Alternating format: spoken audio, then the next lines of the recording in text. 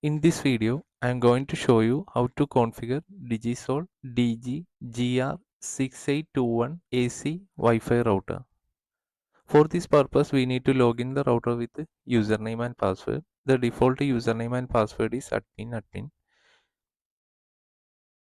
For changing the Wi-Fi name and Wi-Fi password, you need to select network. Here you are able to see 5G and 2.4G Wi-Fi setting. This router is dual band router. If you want to change the Wi-Fi details, you need to change on 5G and 2.4G Wi-Fi details. Then select the band. Here I am selecting 5G. Then enter the SSID name, that is Wi-Fi name.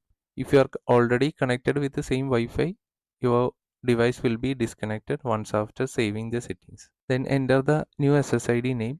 If you want to change only the password, you can select WLAN security. Then enter the pre-shared key, that is the Wi-Fi password. If you want to see the present Wi-Fi password, you can press the show button. After changing all settings, don't forget to press apply changes button for saving the settings.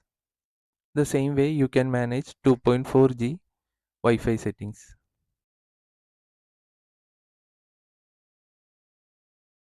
Now I am going to show you how to do the DMZ and port forwarding in Digisol router.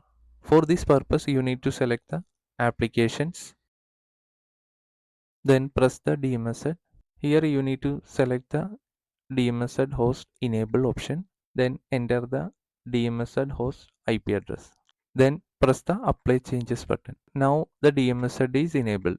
In any time if you want to remove the DMZ settings, you can press disable DMZ option, then press the apply button. Here I am showing only for the educational purpose. For configuring port forwarding, you have to press virtual server. Here you are able to see the add button for adding the port forwarding. Here I am pressing the add button. Select the predefined services. Here I am not using predefined services. I am using the custom service. So I am entering the custom server. Then enter the custom server name. Then server IP address. Enable the checkbox. Then enter the external start port and external end port. Then select the protocol. Here you are able to see TCP bar UDP, TCP and UDP. Based on the service you are forwarding, you need to use the protocol. Then enter the server IP address, internal server IP address.